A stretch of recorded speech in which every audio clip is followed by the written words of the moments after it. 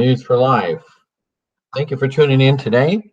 And we're going to go over some of the news. And as you know, there's a lot happening, and Trump has been scampering around all over the countryside trying to shore up support and just to make sure that he can do everything he can to try to help the uh, the Republicans cross that line and win on Tuesday.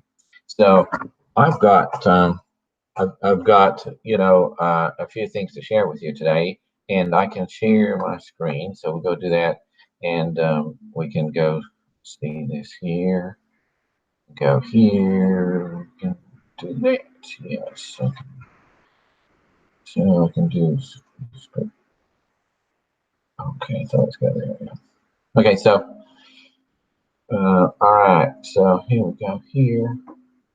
So as far as the economy goes, we got some good news coming out this morning about the economy. So let me just go through with that with you. Got that here. So let's go here. Just 1 second. So this is what we see happening. I can blow this up so you can see this better. They were expecting a jobs data that was coming out today of about 186,000, and it came in at about 246, much higher. And so here we go, slideshow from the beginning. Let me see if we can get this going. You're going to see it bigger on the News for Life. So there we go.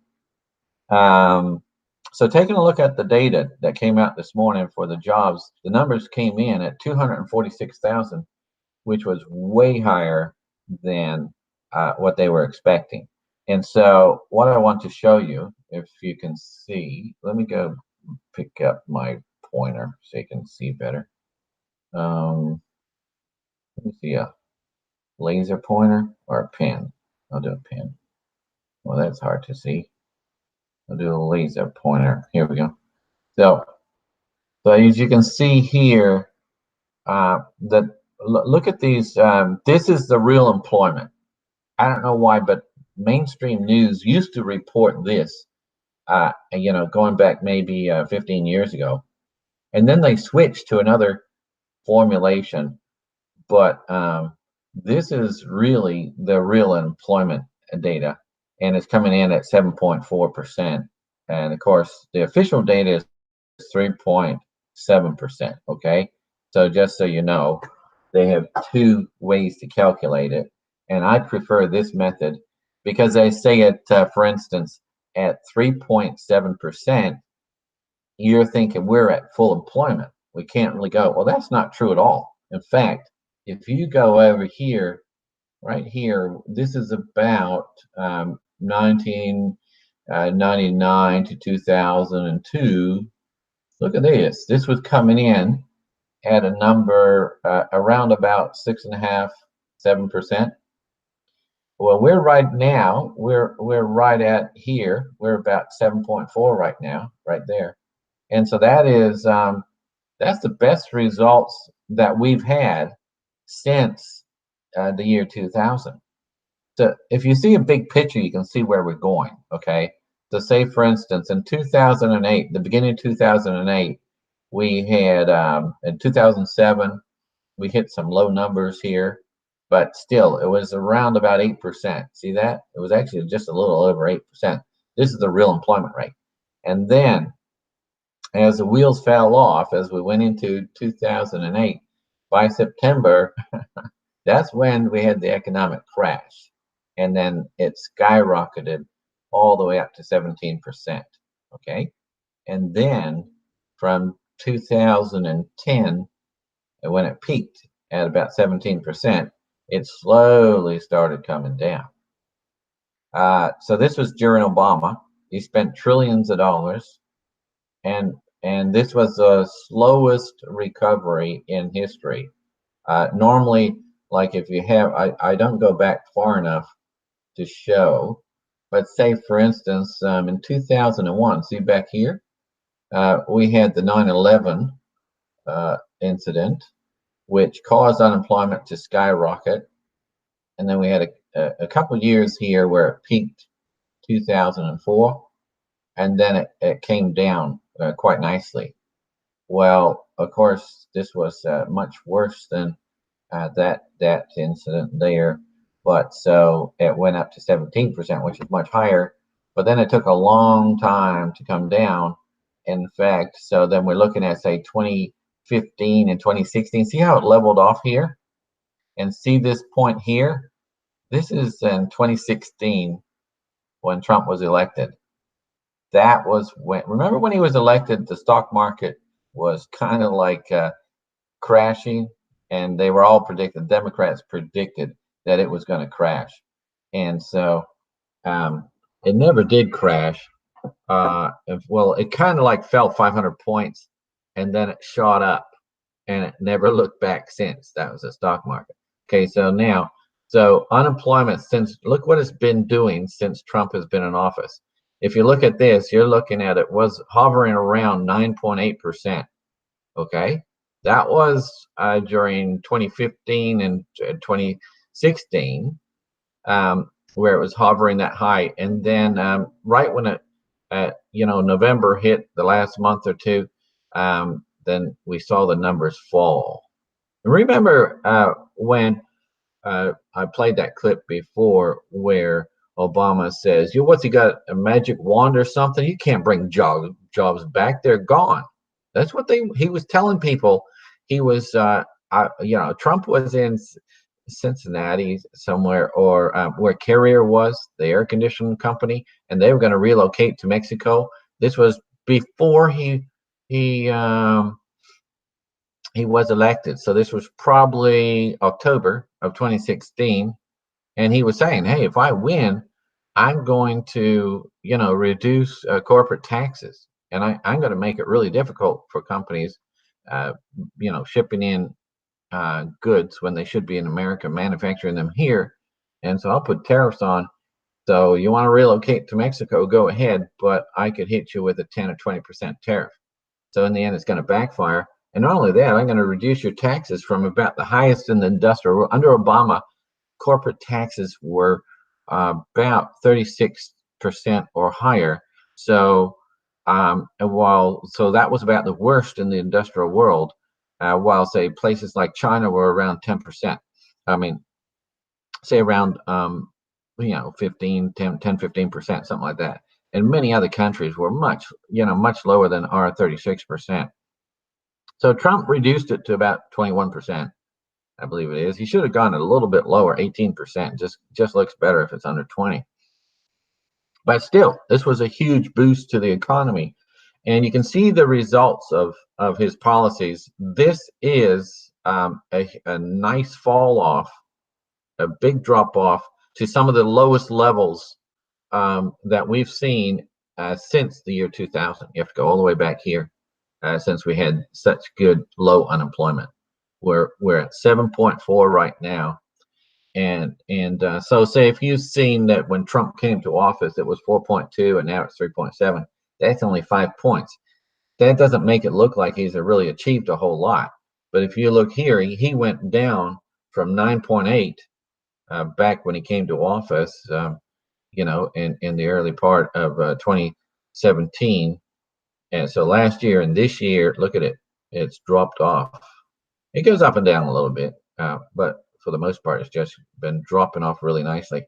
And it looks like it's leveling out a little bit. But we'll see how it goes over the next few months. But I just wanted to show you this chart so you can see the big picture of what's really happening. And that's a significant improvement of about almost 2.5% improvement. That is huge, to go from 9.8 down to 7.4. Also want to mention that, say, like as far as what do they call that? Say the percentage of people that are actually employed is of the workforce, that is hovering around about 62.9, and that has been low for a few decades. And so just so you know, that it's called the participation rate. Sometimes I forget these things. I do everything off the top of my head. So anyway, so the participation rate is the rate that's been hovering around about 6.9. Even under Obama, it was hovering around these numbers throughout. It never changed under Obama. It didn't go down, didn't go up. And so we really like to see that number go up, and that won't go up until we see higher wages coming in. And wages rose last month. They just came out today. They rose at 0.2%. Last month they rose at 0.3%. So if you're rising at 0.2, 0.3%, that means year over year you're getting about a 3% rise. And if inflation is around about the 3%, you're keeping up with inflation. What we've seen in the past, for those of you who don't know this, is you have not been keeping up with inflation. So you've got, say, lower wage increases on an average than what inflation was. And so you actually were finding that things were getting more expensive, because as things go up in price and then your wages are staying the same over the last 20 years, and then things cost, say, 50% more than what they did 20 years ago, and you're only making, say, maybe about the same money, maybe 10% more. Well, you're going backwards. So economically wise, we want to see that move forward, and hopefully we're starting to see these numbers go the right direction. And we've got a lot of room left, so there's a lot of capacity left in this market, where we can see this come down from 7.4 down to about 5. I don't think it would go much below 5. Okay, so if you look back here, we're looking around about the 5 point, about 5 here. It really didn't get much below that, maybe 4.8 there. No, that's actually 6.5. So you'd probably have to go back to the 80s to see it, where it was down in the 5. So what I'm saying is, so if we get down to the 6.5 level, that's going to be really nice. And then we start to see, wages keeping it improving, and then we can see the economic outlook start to look much better. So let me go see. I'll give you a little bit of shot, like how the market's reacting after this report. If it'll let me get out of here. So let's take a look here. So this here is the markets. So here's Apple, in case some of you have been following the price of Apple. So yesterday, Apple came out with their earnings. So over here, if you can see this side of the screen, is the price. Yesterday, Apple shot up here. This is on a daily chart, so each bar here. So just in case you didn't know, we are expecting from Yom Kippur to the market to hit a high, and then after Yom Kippur to crash. Well, you can see, and I created a funnel here.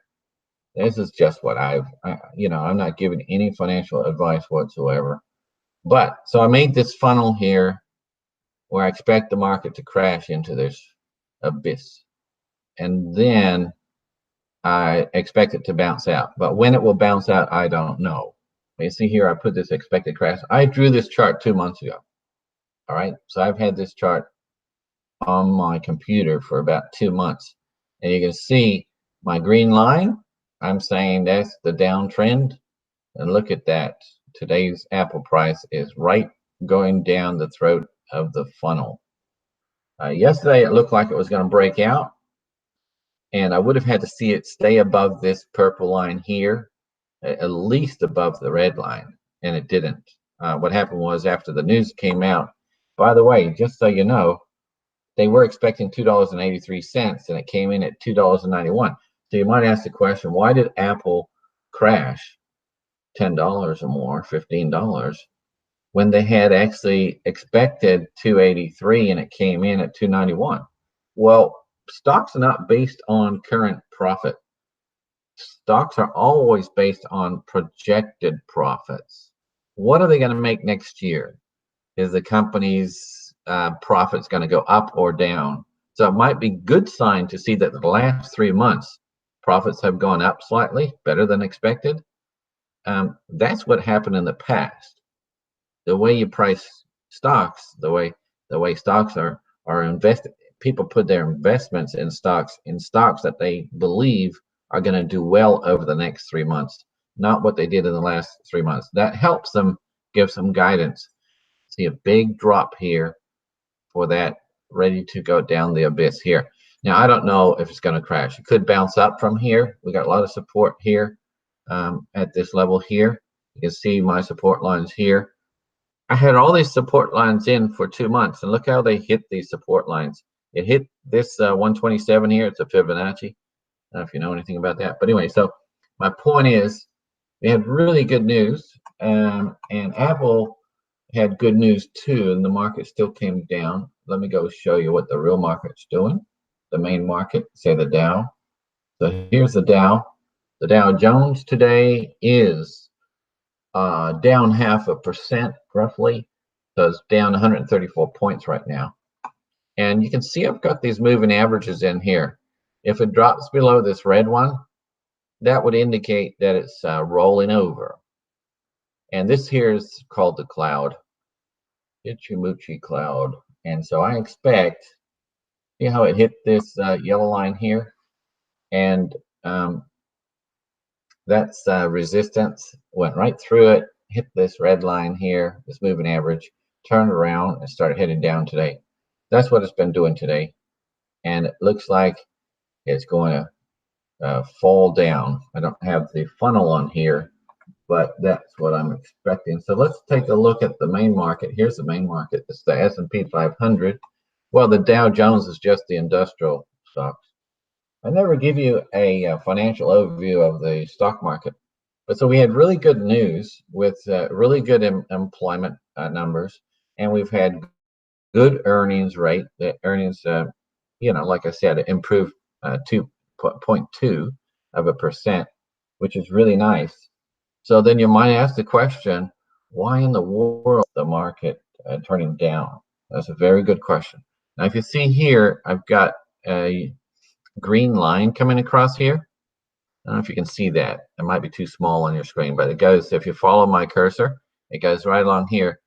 That is a 200 moving average. And the market, the S&P 500 is sitting right on that average there. If it falls below this, we got here Yom Kippur. Look at here how Yom Kippur, if you're looking at, say, September the 20th for Yom Kippur, then you've seen it like falling down. And I projected this based on some other project. We can talk about that another time because I don't have a lot of time this morning. But I just want to show you, I was projecting this way before this happened, and I expected it to peak somewhere up here, and it actually came in right where we thought it would, and then it started to fall down. So what I would expect, if you want to look at gold and silver, so let's take a quick look at that while we're here. Let me go pull up the silver, the gold. Most people like gold. So let's see here, GDX. Here's the gold market. You can see gold has been going up the last 2 days. So right now, the market is trending upwards. Yesterday, it started moving up after the day before. So this week, it kind of hit a bottom Monday, Tuesday, and then it started going up. The gold refers, it's mostly priced depending on the US dollar. I don't have a graph for the US dollar, but the US dollar right now is showing some strength, which has caused, gold prices to fall. That's why we saw. Then the last few days, the dollar has weakened a little bit, but it looks like it's going to continue to go up, strengthen, because the Fed's looking at raising interest rates, which is Trump does not want interest rates raised. The trouble is the Fed believes that if we've got such good employment numbers and say job growth, as far as wage growth is growing roughly around 3%, then they will want to keep pushing rates up, which is going to really kill the economy. We've got pretty high debt levels. And so if you raise interest rates, it's great for people that are saving money, and they're going to get a much better return if they got a few hundred thousand in the bank instead of getting, 0.5% or a 1/4%. They'll probably make, 3% or more. So they're happy, but given that most Americans have debt, raising interest rates is going to dramatically affect people negatively and businesses negatively over the long term. And so it's if you look at real estate stocks, which I don't know exactly where they are, but real estate stocks are not doing so good. So taking a look at silver, if I can show you this here. Here's silver. So you can see silver and gold are both going up, showing nice, strong performance, going up nice and steady. So these are the markets where you can buy. You can trade the direction of the gold and silver markets. So let's go back to the news, and I'll cover that here and this here. Uh, so I just want to show you where that caravan is going from Mexico. So they came in the border. Let me pull up the map so you can see where that is. We can go over here, and I'll pull that up so you can see what's going on. Okay. So here you've got the map. This was on the news this morning. This is the town that they're in. So this dotted line here, actually this I believe here is the border of Mexico. Okay. So everything here is Mexico. So they've only traveled, from this border, Guatemala, to here. And they've got to get all the way to here, which is about another 1,000 miles, maybe 950. Or they can go like another 2,000 miles to get to Tijuana. And the breaking news last night was that a group of about 8 women and children had filed a class action suing the Trump administration because Trump is not going to allow them into the United States, and they are claiming that that is against their constitutional rights, the American constitutional rights. Can you believe that? That is absolutely strange. So they were rather upset that their constitutional rights are being ignored because Trump was not going to let them in. Now, Antonin Scalia in 1993 had ruled that all persons in the United States have the right to due process, and that's what they've included in their lawsuit. Now, it doesn't say, it says all persons. It doesn't say United States citizens, and this is in the Fifth Amendment or so. Okay, so all persons. So that means all persons in the United States. It doesn't mean so. That's why you have Guantanamo Bay, is because that's like a territory of the United States, but it's not in the proper United States, and so therefore they're not having to comply with United States Constitution. So if you remember, Obama did try to bring in those people into the United States. Why? Because he wanted to give these terrorists constitutional due process rights under the Constitution. So that was a strategy. I don't know if you're aware of that, but that was the plan that Obama had. And because American public was rather disturbed and against this, and it makes a big difference if the American people are perceived to be behind something or not. And in this case, there was a strong opposition to affording these people the constitutional rights and due process rights. And so that I forget who it was being tried, but he decided not to do any more, not to bring any more into the United States. So they keep them in Guantanamo Bay is for that purpose, so that they can keep them off U.S. soil and not have to grant them um, the due process that they would expect to get if they were in the United States. So it's not what these people's claim is not that irrational if they were in the United States. The trouble is they're not in the United States. They are in Mexico. And so they can't sue the Trump administration and expect to win that lawsuit when they're not actually within the borders of the United States. So that's why you've got this program, which is called Catch and Release, in which the Republicans have refused to correct. The Republicans is controlled by the dodgy Paul Ryan, as well as the leader of the Senate, and what's his name? Anyway, I'm not impressed with the guy at all. He's been there. Anytime you got power corrupts, and you don't become leader of the Senate or leader of the House, except that you've been paying your dues to the devil himself. So these leaders are really corrupt, and they've refused to put a lot of Trump's policies into place, and they could have done a lot of things. They did push the tax thing, and they got huge credit for that. So they'll do things like that because it's gonna help them win elections. So they do like the least they need to do. And then in the meantime, they were passing these omnibus spending bills, which were absolutely 100% Democratic spending bills. If in fact that you couldn't even wipe the grin off the face of the Democrats, Chucky Schumer and Nancy Pelosi, because they were grinning from ear to ear when Trump signed it early this year, and he said he would never do it again, and he just did it again last month. So he did do it again, and he's continuing to allow these pork barrel programs to continue to be funded, and it really is disgusting.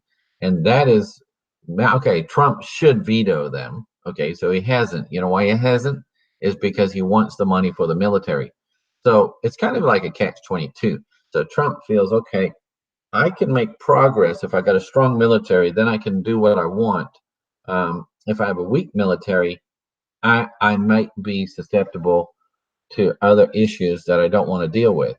And so, in fact, the federal government has the right to that's one thing it does. It's given through the Constitution is to protect and keep the nation safe and protect it. So that is his priority.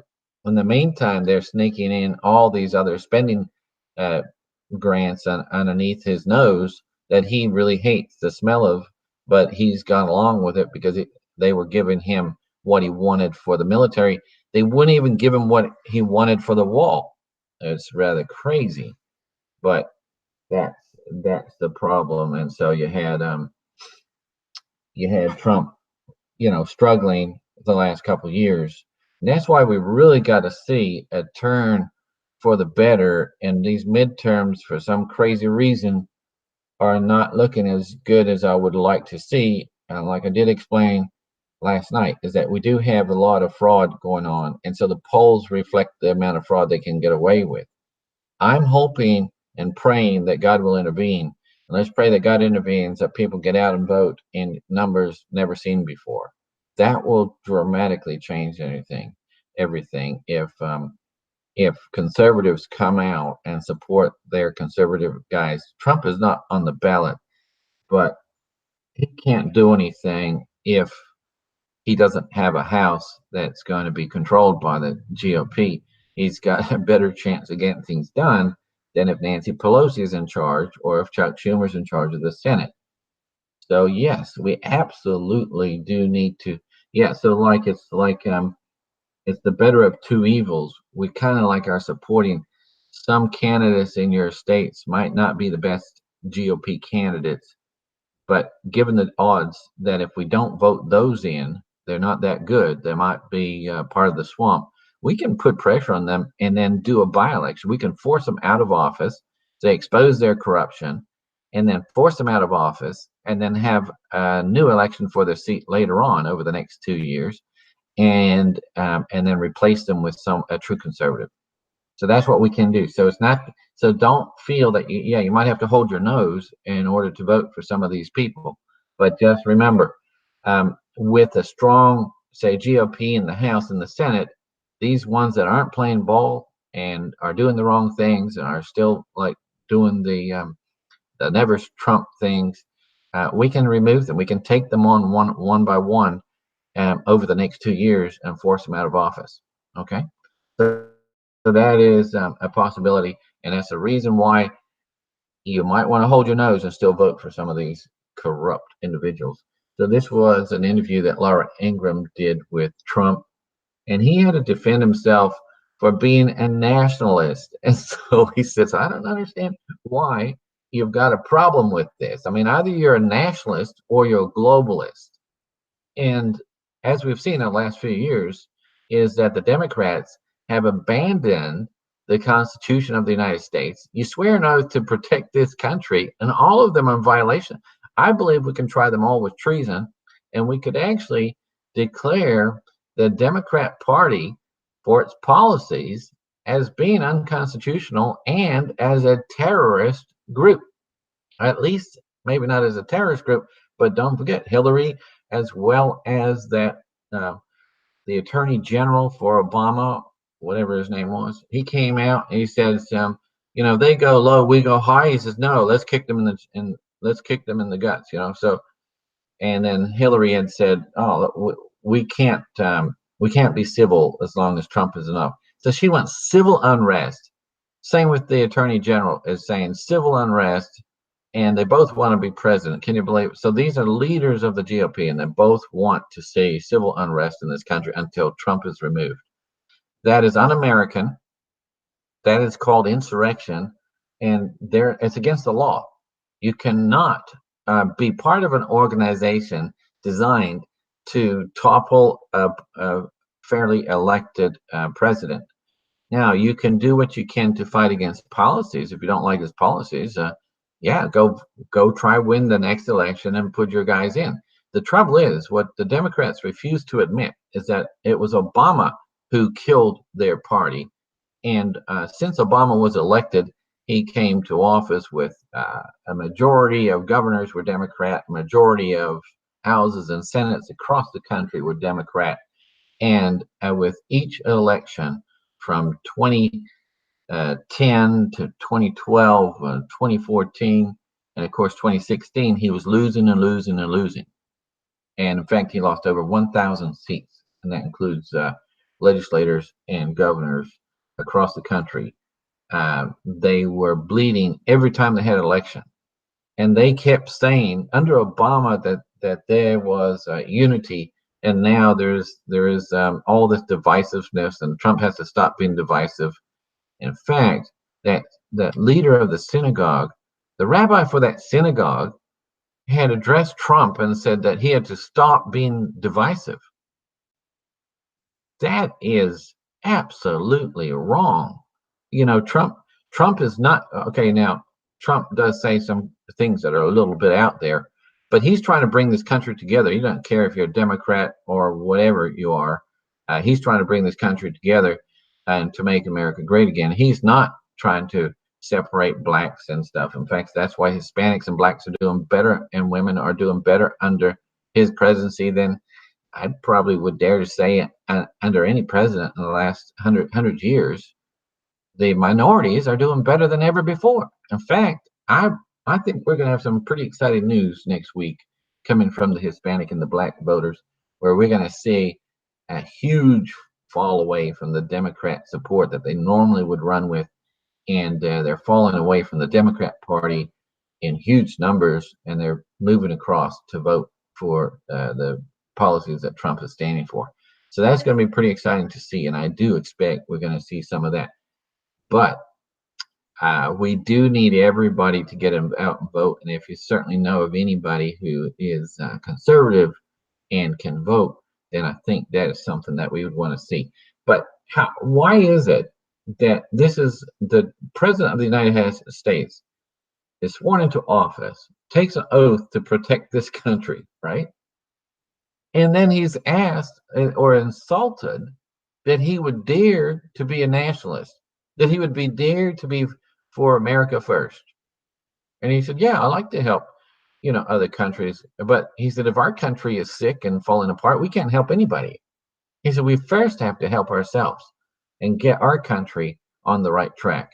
Then we can look at maybe helping other countries. But we've got to get our priorities right. And that's what we would expect from every president in the United States, a Democrat or Republican. And they're insulting him. The mainstream media and the left is insulting him day after day that he would dare to put America first. As the previous president had done everything possible to tear down this country in the eyes of the world, and and this America was not respected too well by most countries. The president of the Philippines had actually said some words I can't even say on YouTube here, and so he had really was very much opposed to Obama coming to his country. So Obama had to cancel his trip to the Philippines. So we have the military moving down the border. We've got, this is, I heard this morning on the news is that Trump said, he said, if we see you throw, by the way, so he bases everything on what he sees on the news. Well, he had heard some reports. By the way, most of these in the caravan are not women and children. The vast majority, I would say, from what I've seen in the photographs, zoom in on the photographs and you'll see, let me see if I can show you, if I got, what I got here in the way of a photograph. Here we go here. So here's a photograph. You can see, well, I zoom in on some of these here, and you can see, just look at this photograph here. All right, these are old men. Of course, you're not going to have women sitting on top of a train. Okay, so but these are all men 18 to 30. So these are all like say if you're coming from El Salvador or Honduras or Guatemala, these are all people that would be in the military, or if they're not in the military, they would probably be prisoners. So maybe they were pushing drugs or something, whatever, and they were paid to be released or something. But these guys are not the guys that would normally flee a country for asylum. It's normally, people that are being persecuted for one reason or another for their faith, or like if they're starving. And none of these look like they're starving, and they're all laughing and they're full of energy, and they actually are shouting out with Trump. This is insane. This is not a group that's seeking asylum, and so I would say that that there's some serious problem. Like I said, Mexico did refuse to bus them. You can see there's some buses here, and so these are buses paid for privately, not by the Mexican government. And so, at least,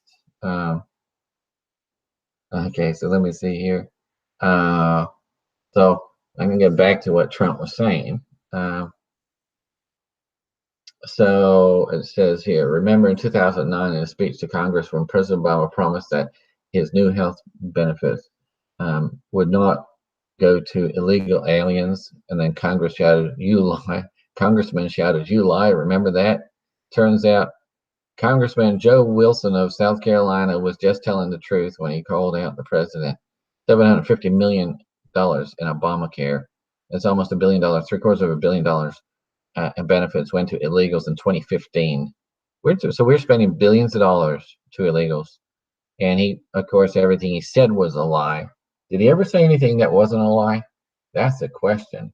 So if you think 4,000 Hondurans suddenly decided to march 3,500 miles towards our border right before the midterms with a cameraman and like I said, they're staging these video events where they're all walking, and then they're on these buses and trailers and whatnot, and you do not see the media show that. You only see them showing all them walking. So they are trying to portray a certain picture, and of course there. So anyway, so what I was sharing with you a little bit ago, is that what Trump was saying is that some of these people here, they were some of these young men, they were throwing stones at the Mexican police. So this morning, Trump heard that, so he responds in a text or a tweet, sorry. So he responds by saying, he says, "Look, when we see rocks, or you might as well, uh, our military will assume that it's a gun." Well, a president of the United States should never ever talk like that, because it's actually against military protocol to go shoot people throwing stones at you. Maybe if you had rubber bullets or you had tear gas or you had some other methods, but you don't use lethal force when your life is not at risk. Now, if you're fearing for your life, yeah, the military could say, if they're being stormed by, say, 4,000 people storming them and they fear for their life, they like, so if they're going to either be killed or they'll have to shoot to stop themselves being killed, that is okay. But that's not going to happen. Okay, so if they're throwing stones, Trump should never tweet that out, because that can be used against him. He's always done that. He's just like out there, and I don't think his military advisors, his generals would ever go along with that. In fact, I was mentioning last night on the show there, they had all kinds of methods by bringing the military down. They know how to build fences and barriers and use vehicles in a way strategically to prevent the immigrants from coming in. So and that's what they'll do. They'll just equip the border patrol in ways to keep them from coming in. And the ones that do come in, Trump has promised that they will not enter the United States, but they will be sent back, and he's going to make camps for them, and they will not enter the United States, as in we're just going to bring them before a court. And because it takes 3 years before they can actually get to court, because there's such a backlog of them, and our courts are full. And so it's going to take about 3 years. And so therefore, he's saying, we're just going to put you in tents, and you're going to live there for 3 years. You're not going to come into the country. So that's unfortunately some of the situations where Trump goes a little too far. But I think he's insulted by this here. Here's the border of Mexico where they're coming across, and this guy was shouting out with Trump in Spanish. That is crazy. And then if you look over here, Trump, it's not Trump's fault that we don't have a border. Here's our border. That's our wall. So we could do a lot better than a wall like this. All right. That is not going to keep people out, and that's why he's got to send troops there. If we had a wall, he wouldn't have to send troops. But this is what we've got for protection. There's no protection with a wall like that. So that's why I wanted to say is that he's been right all along since 2016. He's wanted to put a wall up. You can see here. This is the wall that we have right now. That's Mexico. Where that car is, that is Mexico. This is the United States. And there's a sign here, and it says to stay away from this fence. We should have a wall here so they can, the barrier to keep them from coming in. They can just walk over this. They can hop out their car, or a bus can drop off 100 of them and then keep driving, and then they can just walk into the United States. That's what's happening now. So that's not good news. And Trump is, you don't want to pick on one of his strengths, and this is one of his strengths, is that he knows he can protect this country, and trust me, he's going to do everything he can to stop these from coming in. And this was where some Muslims were crossing the border at night. They snuck across. This was about 3 weeks ago. So there is a serious problem there, and the numbers have been going up. Remember, he was always touting about how amazing it was that the numbers were going down, the number of people crossing into the United States. Well, unfortunately, the last few months, it started to increase again. So that is a major problem. So now he's going to do whatever he can to protect himself from this. So This was a good report. I haven't heard any more about this, where Trump wants to pull troops out. This was where you'll see this like on Fox. I believe this is Fox News, and so they'll come out and they'll say something like this, and it'll be tagged on the end of like a news broadcast, and it will last for about 3 seconds, and they don't want to really talk about it, but the industrial military complex does not want us to pull out of the CIA does not want us to pull out troops out of Syria.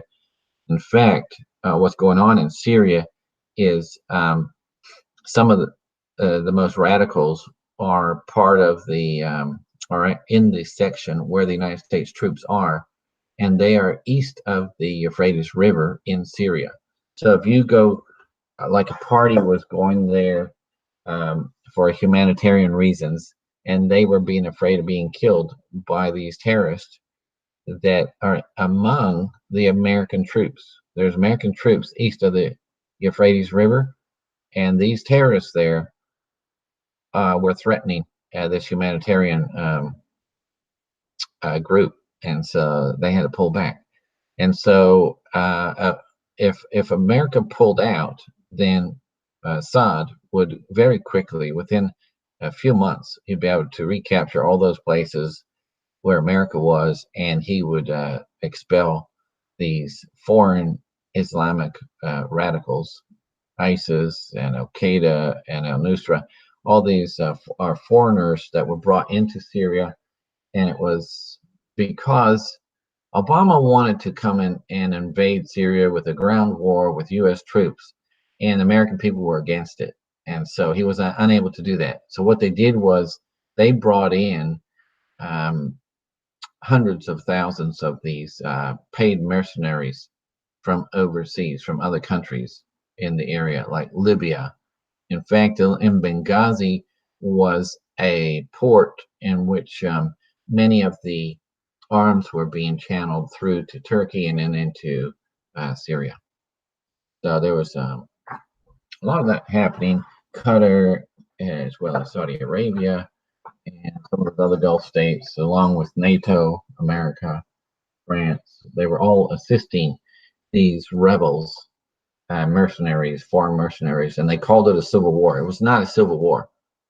There was just a very few radicals in Syria that wanted a civil war, but they would have never have gone very far had the West tried to bring about what they call the Arab Spring and destroy some of these countries, which they had toppled in Egypt, the Egyptian government, for about a year when the Muslim Brotherhood took over, and then they had a coup, and the military started um, interfering with them, and so they ended up taking their country back, and then they had elections, and they voted the the Muslim Brotherhood out, which Obama had supported, and that's how they actually got in office. But they only lasted a bit over a year, so that was good news.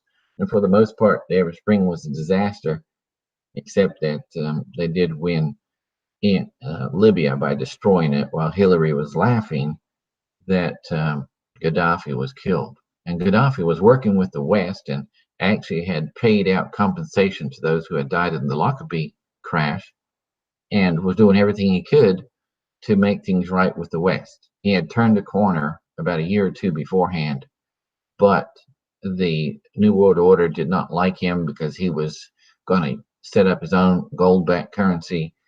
And so they wanted to go in there and destroy him. He was the most prosperous country in the whole of Africa by a long shot.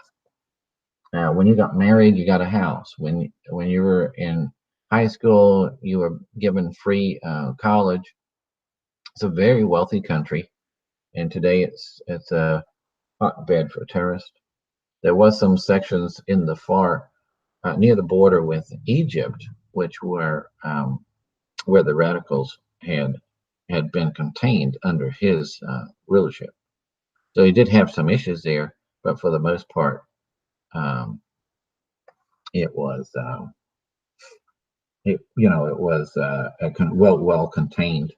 and he didn't really have a problem until America had stepped in along with NATO.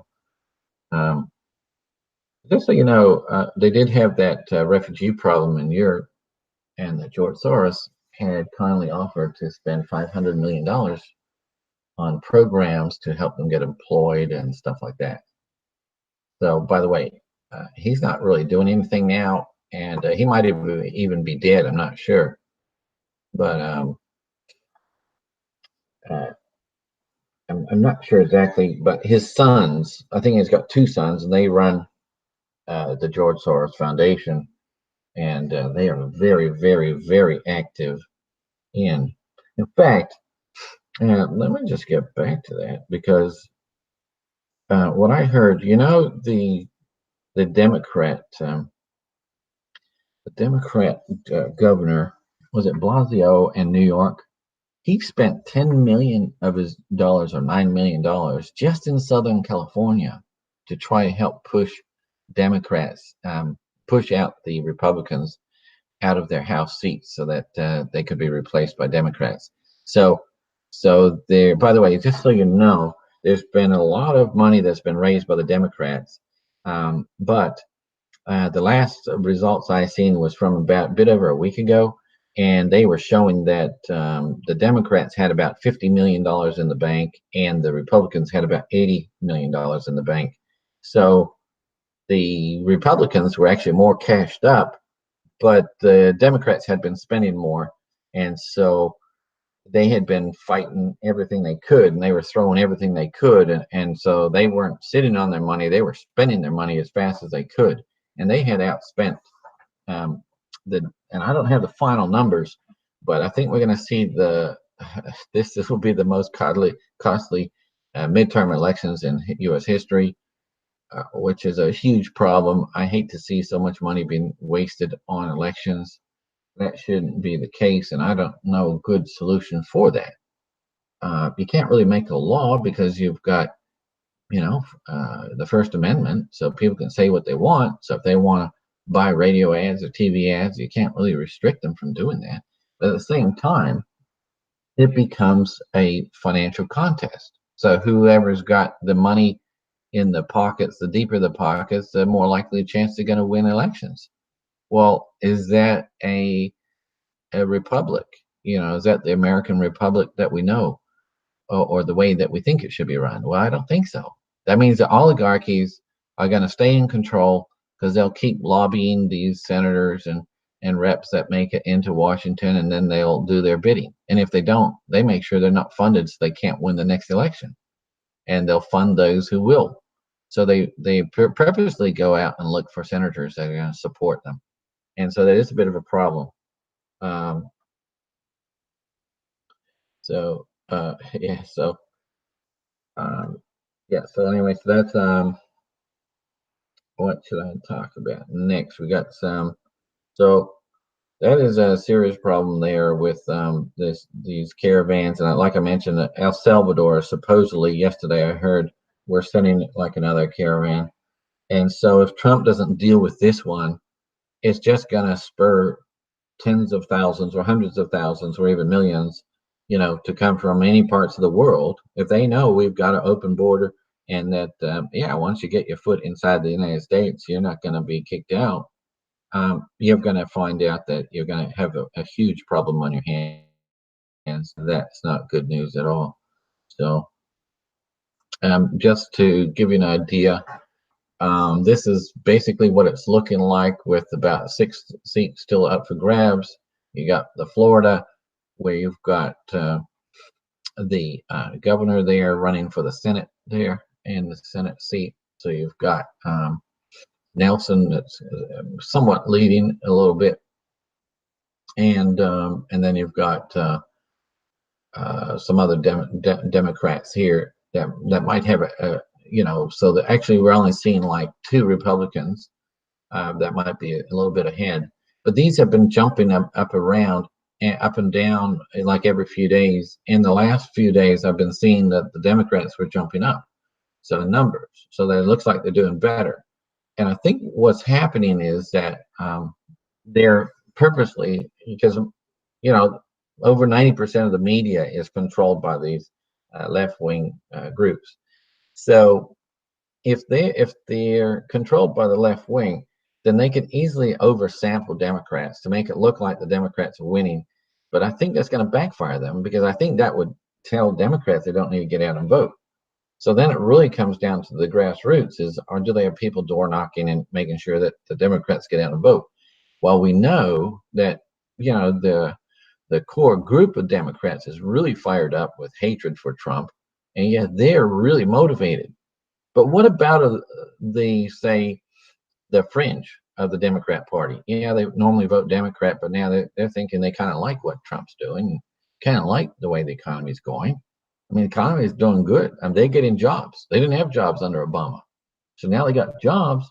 So now, um, you know, they're saying, hey, I don't know about voting Democrat. Maybe I should give Trump a try. And so they're showing up at his rally. So he shows up in town. They go, I'm going to check out the rally. They go to a rally with tens of thousands of people, enthusiastic like never before. And it's just, it's contagious. I don't think it's ever happened in America before, where you've had midterms, like I said, to say compare the number of campaign rallies that Trump has been doing on behalf of a lot of the GOP in these midterms is probably 300 or 400% or more than what Obama did in the midterms when he was in his first term. So it is very unusual to see Trump this active. He is not stopping. He's got a schedule full. In fact, he'll be going all the way till Monday, campaigning, and even to Monday. I heard he's focusing mostly on the Senate. I would like to see him focus on the House, because I would really hate to see Nancy Pelosi win the House. So let me see if I can show you what the House looks like. Yeah, here it is here. So there's the House.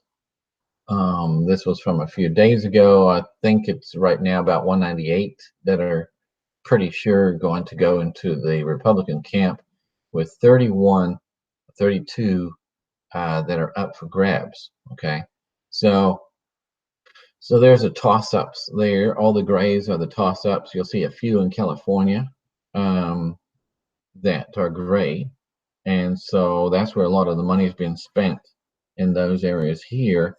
In fact, you see that light blue there?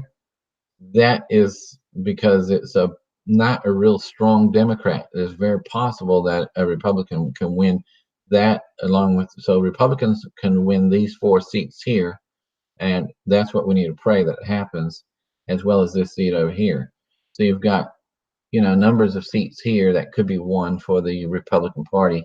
Like I was saying last night, is I'll say out of these 30 or 32, I'm not sure how many are really toss up right now, but there's about 31 according to this map. Out of the 31, we need to win 24 to hold the House, and that's a huge task. But prayer works, and we can win a lot with prayer. You can see these gray states are all over the place, so they might be in your area. If they are, or if you know somebody in your area, then you could actually maybe call them up and see if they know anybody that they can help get to the polls. See what these are? These need to turn red. Even pink is fine too. so even Florida has a few that are still gray. So we got to hope that and pray that these here will turn for the good. And we need to pray, of course, for protection of Trump, because there has been reports out. You would not believe this, but they said that there is going to be, if they don't win the House, and let's face it, there's a good chance. Well, I mean, there's a good chance they will win the House, but like they thought Hillary had a really good chance to win in 2016, and she didn't. Okay, so if they don't win the House, then there is a very good chance that there's going to be a lot of Democrats that are going to just be freaking out. They want Trump impeached. I'm talking about the hardcore. So say if there's 44% that are Democrat voters in the United States, then let me see if I can switch back here. Then say out of that 44%, you're going to have, say, let me see here. So you've got, just got to, oh, okay, so here we go. Oh, there we go. So out of the 44%, say you've got a hardcore base that would really be freaking out of maybe, say, I would say 10%. I just can't imagine that there's too many Americans that are believing and buying like what Gillum in Florida is suggesting, is that what he's buying is that he's promoting this whole idea that we don't need borders, we need more regulations, we need to increase taxes, like put them back up, double the taxes, so that he can do the free health care, so he can do free education, so he can do all the progressive agenda. And by the way, that guy was the Veritas video had caused him to fire his campaign buddy who went to university with him. Keith had orchestrated that. He met with Omar right before he put it out there, and published the video. And Omar was saying, I'd rather you don't put that video out. Well, obviously, because he got fired the second he put it out. So that is good news, because now it's been all over the news. Well, at least on the conservative side.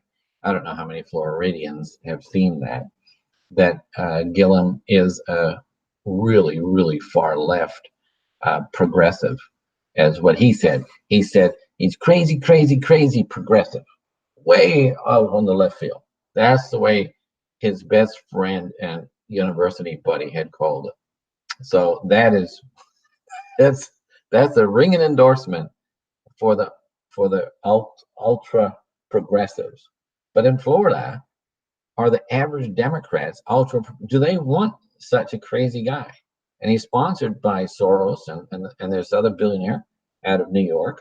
I forget what his name is. But they pumped in hundreds of thousands of dollars into his campaign. But do the average Democrat want a guy like that, who's just focusing on the gays and lesbians? And trust me, there's a lot in Florida in that field there. And so he's just playing the field the best he can. But I don't think that the average Democrat is going to buy that type of campaign rhetoric. And look at his history of what he did to Tallahassee. It's got the highest crime rate of any city in Florida. So he's not doing good at all. So his record is horrendous. So if a guy like him can win Florida, that speaks volumes that there's a lot of corruption going on, because it's not normal. Normal Americans should not be voting in a guy this bad. So if they vote in Gillum, I think he's going to lose by 15%. But if they do vote in Gillum, that speaks volumes for where America's at right now, and that's not good news. I was also going to look to see if I have any questions coming up on the thing here. So I just have to go. I'd have to go to YouTube to see if I have any questions. But this thing here doesn't want to go. There we go. So let me see here. Just to give you an update on the market. Market's just come down a bit. The Dow Jones is down 190 points. Nothing crazy. Sitting right on that pivot point, which I was telling you about before. And then let me go here to got the questions to make sure that I just see if I got any questions here before we. I don't know how much you're enjoying the YouTube version. You get to see a little bit more interaction. I'm not sure if we can do call-ins on this the way we do it. I think we can, but I haven't even gone there with this, because this is all brand new to me. So I would just say that always something we might consider in the future if we can manage to do that. So, and then also, once I get comfortable with this, I'll be able to follow, any responses that you do have on text. So you can always, participate and interact with the show as we go along with text. The normal show times, I'm not sure for this Friday show, 9:45 or it's 8:45 Central is clashing with a bit of the things I do, particularly with the stock market. The stock market opens 9:30 Eastern, and I'd be starting the show at 9:45. It always makes it really tight. Um, so my computer's really slow, so trying to pull up that doesn't look like that's happening too good. So let me see here.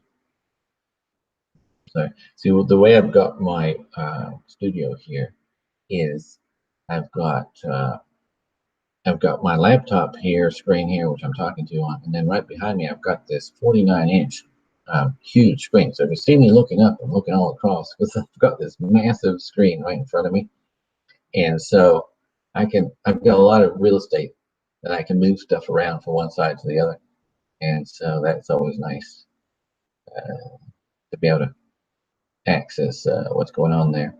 So I was going to wrap it up and just say what around the world, there's not a whole lot still, a few more clashes going on in Israel.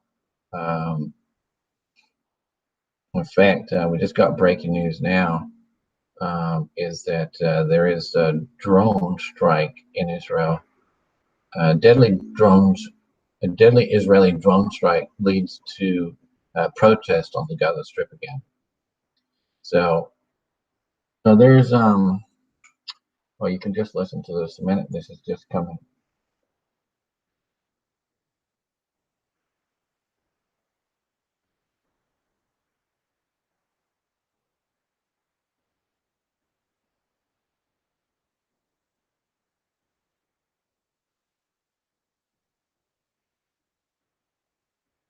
That was from Sunday night.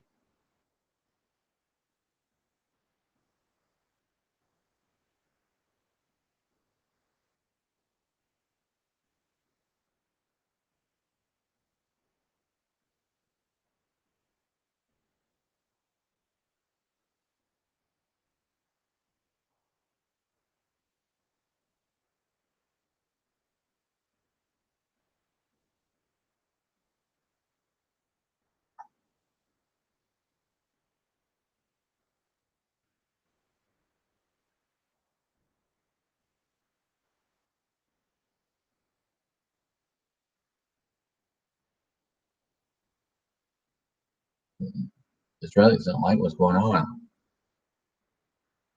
So I just wanted to mention that as well, is that, Trump's come up with this two-state plan. And here you've got Israel is worried about these missiles coming across. They send up these kites that, dropping these fire bombs on Israel. And it's not good. I mean, they've had some rockets fly over. And so um, Israelis are wanting a swifter, they want to put an end to it. And so Israel's been trying to play it as cautiously as possible and not cause any more harm than they need to. But at the same time, they've been warning them that if they don't stop it, they will have to do something, more serious. And so things had calmed down under a lot of pressure from Egypt, and Egypt did all they could to try to get them to stop. And it had subsided enough where Israel started to send in some truckloads of gas, so they could make electricity and stuff like this. And it's like as soon as they did that, then within a few days you had this incident. They tried to plant some bombs. These young kids, they use young kids on purpose. They train up these kids to do precisely that. The adults would never do this. They don't want to get killed, but they don't mind sending their kids out there. Yeah, go out there, go plant a bomb.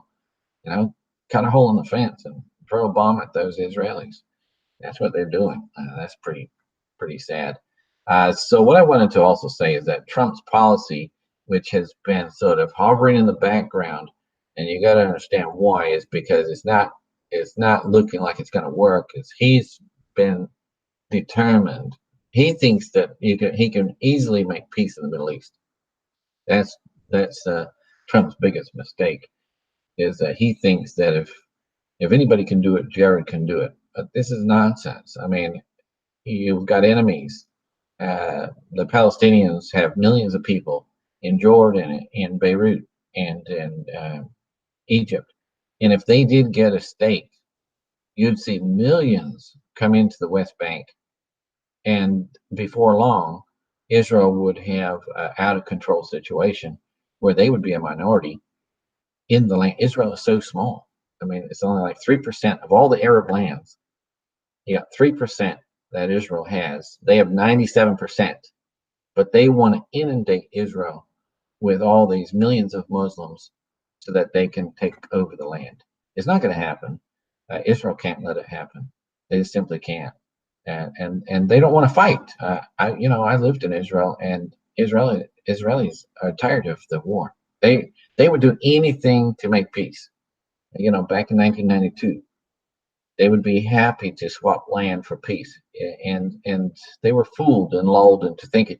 And thankfully, they haven't been so foolish to give back the Golan Heights. But that's one thing which Assad has been wanting to get the Golan Heights back. They're never going to get it back. They they they were lost in the 73 Yom Kippur War. Well, when you attack Israel, and they attacked Israel from the Golan Heights, and Israel came back and defeated them. They came within 20 miles of Damascus, and then you had the government of Syria sign a ceasefire agreement. And if they didn't, Israel would have just taken over the whole country, and they had every right to do it. They were not the aggressor. Syria was the aggressor. Jordan was the aggressor. So all the West Bank and the Golan Heights and as much land as Israel wanted was theirs to take for their protection to stop it from happening again. It's a bit like if you had, say, for instance, uh, a, a province right off of say that adjoins Texas or Mexico or New Mexico or Arizona, and like a province there, kept on attacking the southern states. Well, in the end, we would just take over that province and say, no, we'll own this now, and we'll stop, any further attacks. Well, America would have every right to do it, just like Israel has every right to do it. And this is actually quite biblical, and I'll go into that another time when I got more time. But so there is a bit of a problem with this two-state solution that Trump is pushing, and he's not really talked about it much. I think he is like hoping that it would have legs, and he's realizing that it's not going to get any support at all. In fact, just yesterday or today, you had the Germany leader, what's her name?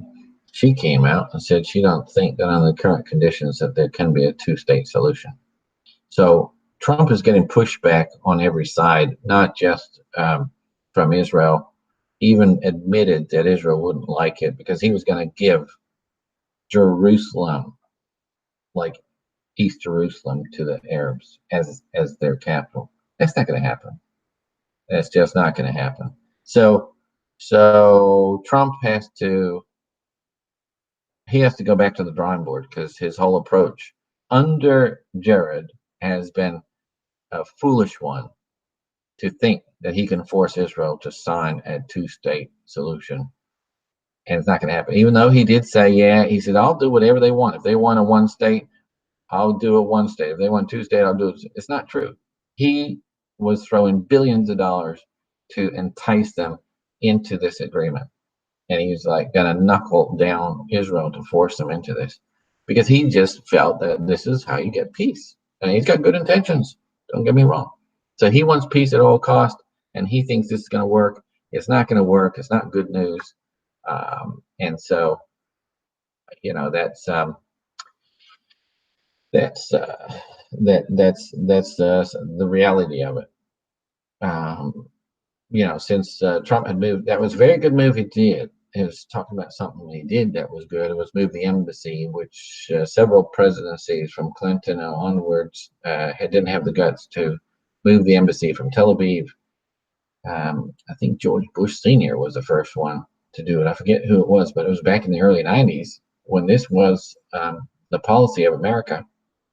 And every year they had to postpone it. So they've been just postponing this year after year after year. And so he stepped out and he said, no, we're going to do that. It's U.S. law. It's been, I think, U.S. law since 1993. So he didn't have to do anything. He just had to stop extending it. So he stopped extending it last December. I think it was December the 9th, whatever it was. And so the U.S. had to move their embassy according to this policy that's been in place for decades. So that was really good news. And of course, because it made it look like, so Trump's theory, he's a negotiator. So his theory was, well, if I give Israel what they want and move our embassy, we'll recognize Jerusalem, then, then they need to, we're going to give them that. In exchange for that, they need to work with us to help the Palestinians get what they want. It's not going to, this doesn't work like that. In the Middle East, you're talking about some serious problems, and it's not going to work like that. And he thought it would. He thought, if I move the embassy over there, then I've got a very good chance that they will want to be negotiable and give the Palestinians what they want. But it wasn't Yasser Arafat under Bill Clinton offered the entire West Bank. I believe he was offered the 67 borders. So in 67, Israel had captured the entire West Bank. After they told Jordan to stay out of the war, Jordan attacked. So anyway, so there was a serious problem there where they've what happened was you had Yasser Arafat being offered all that, and he said no. Why? He wanted Israel. That's what. That's like absolutely insane. He wasn't even a Palestinian. He was an Egyptian. Yasser Arafat, not a Palestinian. He wasn't born in the land, and he was an Egyptian. He was appointed by the KGB out of Russia. So he, his interest was just political, and so they've been insisting on ridiculous things ever since, and they've never tried to make peace with Israel, and it's cost them dearly. Egypt wanted to make peace with Israel, and they got the Sinai back. I don't think they should ever have done that. It should have stayed under Israeli control. Why should Egypt has a lot of desert already? Why shouldn't give the desert to Israel? They rightfully took it from Egypt when Egypt attacked them in 1967. So that's the situation there. It's not looking good for the Trump's two-state plan, and I would hope I would hope that he can back away from that and just try to find some other solution. There's got to be a solution, but that's not it. Given the Palestinians a state, I believe you should just have a one-state. Gaza and the West Bank should be under Israeli control. There should be no Palestinian control at all, and they can have some autonomous, to some degree, some autonomous cities and towns. But the security of the entire land should be entirely under Israeli control. That's what my solution would be, and that then, if they're well behaved and they're willing to work with Israel, they could work in Israel like they used to. They used to always travel into Israel and work, and then they started doing bombings. They would bomb restaurants. They would just drop bombs in the middle of marketplaces, just blow up women and children, and I think that was fine. And since they've been doing that, Israel shut down the borders and said, no, we don't need Palestinian workers. And they started bringing in workers from other countries. You can't blame them, can you? But Israel did everything they possibly could to work with them. and they were on a good thing. They could come into Israel, they could work, they could make their money, and go back to Gaza. And that's what they were doing, or the West Bank, wherever they were. And that's what they were able to do. But no, they don't want to have it. So, so that was from 3 days ago. That deadly drone strike. Um, so I'm just checking to see if there's any news before I sign off here. There's so China is dealing with. So if you look at how does China deal with Muslims, I'm all for this. I've never mentioned this before on the show, but I believe under the United States law as we have it is that Muslims should not be allowed in the United States.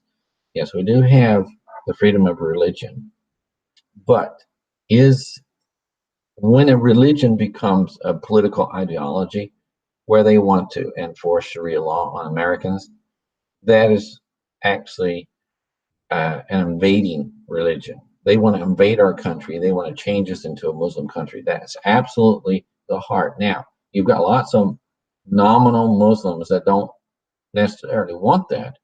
But if the radicals were able to offer them all these so-called nominal Muslims, they would jump on board with that.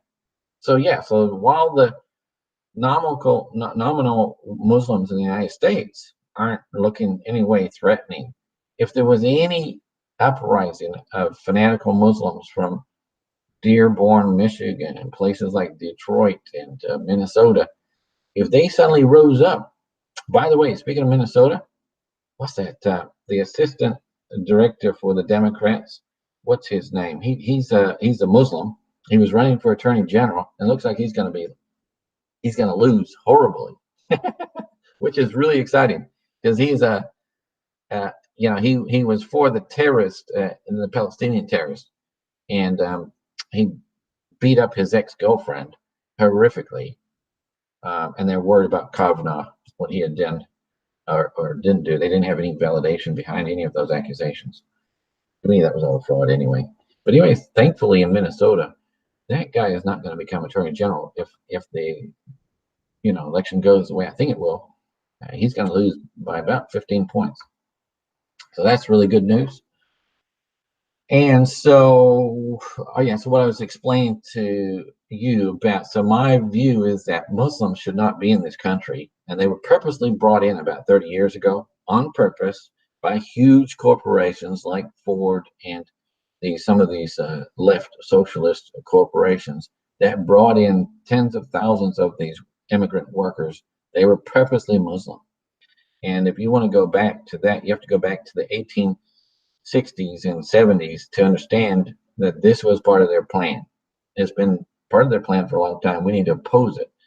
I'm not opposed if Muslims rewrote the Quran and took out the military aspects of it and Sharia law aspects of it, and that they would abandon their desire to impose Sharia law on sections of American public. Should never, ever, it's not American, it doesn't fit with our Constitution. And the laws of the United States are this, is that it is insurrection in the United States to have a form of government that is in opposition to the form of government we have. We have a Constitution. So if you want to change the Constitution, we have a process where you have to have the majority of states rule or to make an amendment or change the Constitution.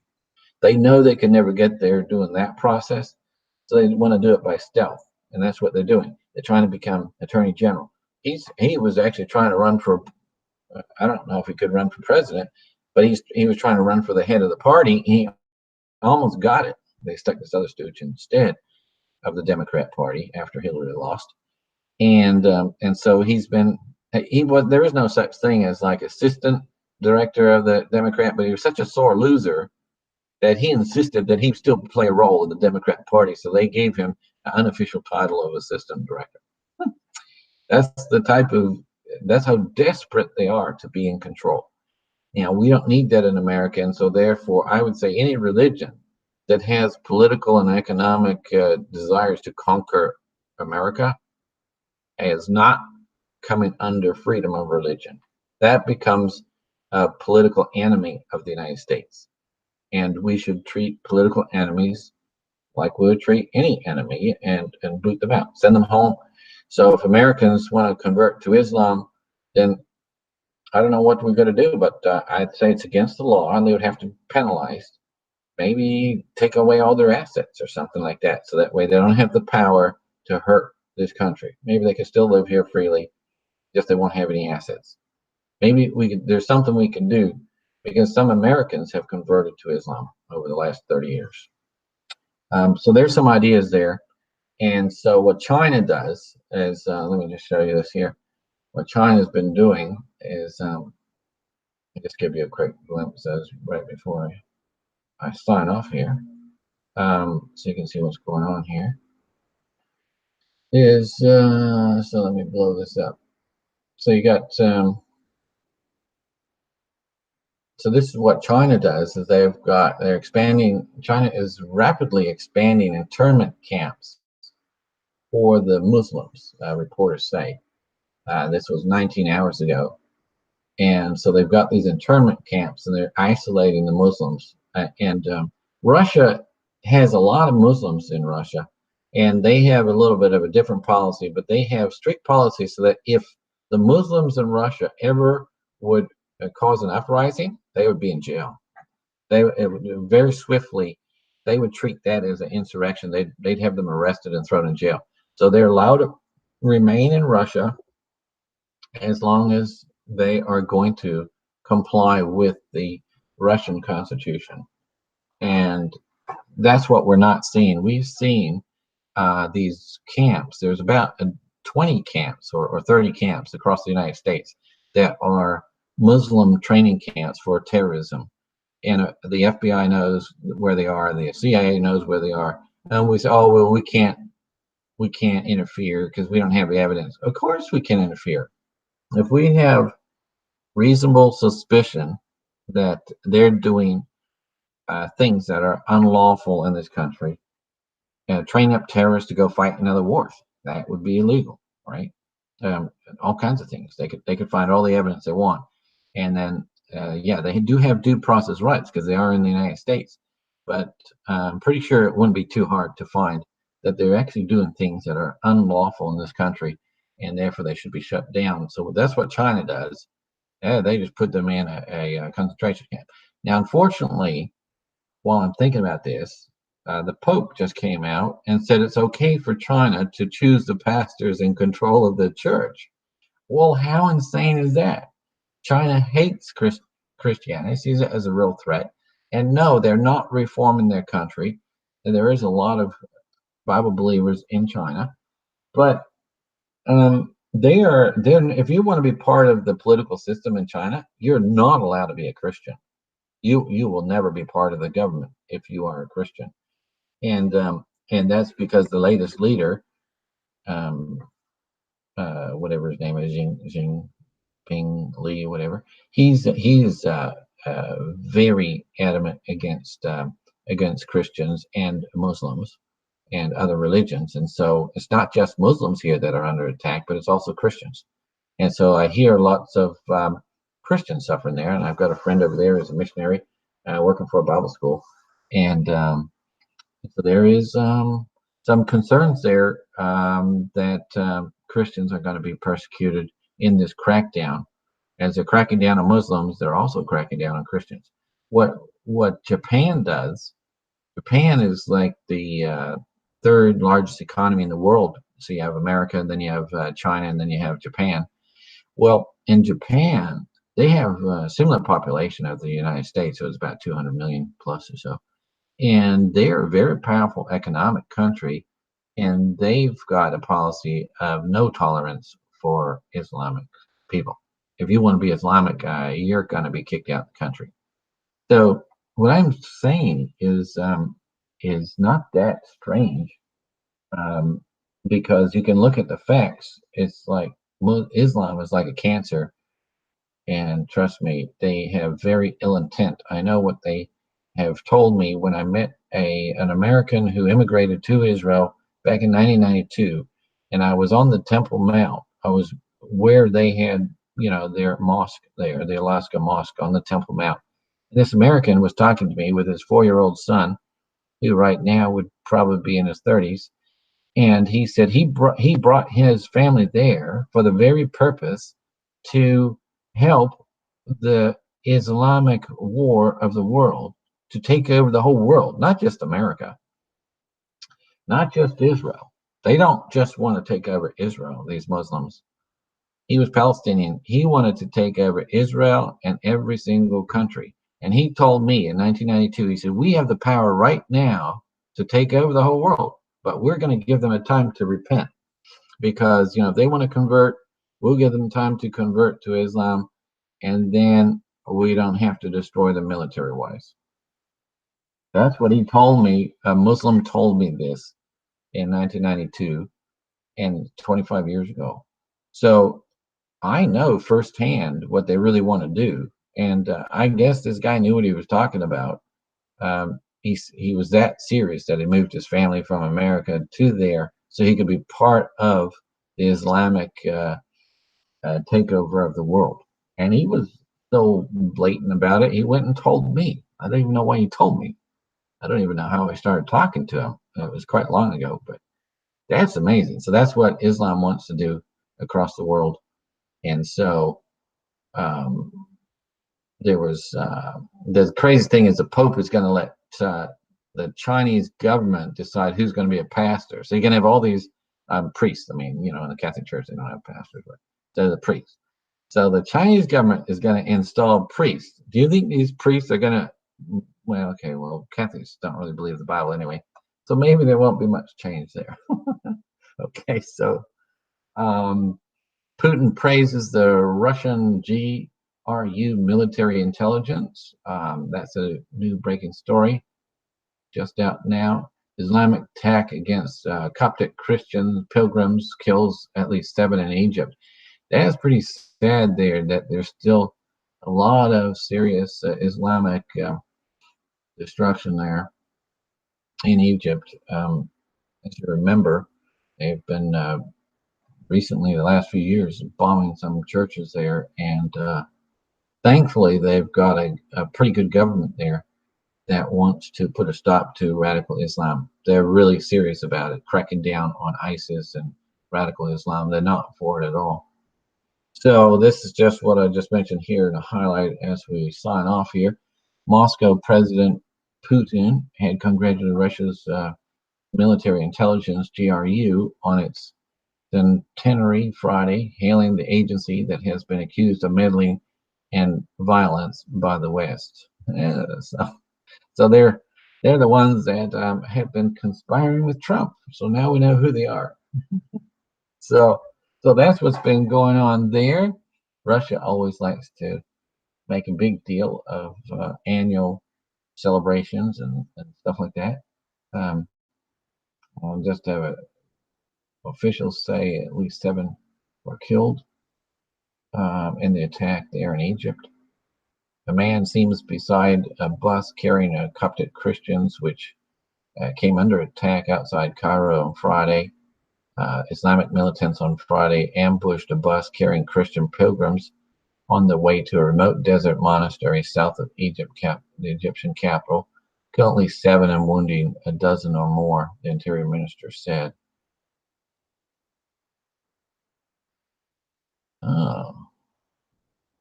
And Sri Lanka's ousted prime minister accuses rival of bribery. There's some issues going on there. Well, thank you for tuning in to News for Life, and be sure to tune in next week, Thursday night. We have a show at 9 p.m., and we'd love to see you there. And I will be doing an interview with Kent Hovind, and that's he's got a place down in Alabama with dinosaur parkland and stuff on 140 acres. Very interesting. And I've got a few more interviews coming up with Did We Go to the Moon, and some other interviews that I might do on the Thursday nights. So you might want to tune in on Thursday nights to hear some of these interviews that we'll do on some very interesting topics. Looking forward to seeing you back then, and otherwise I trust you'll have a great Shabbat Shalom.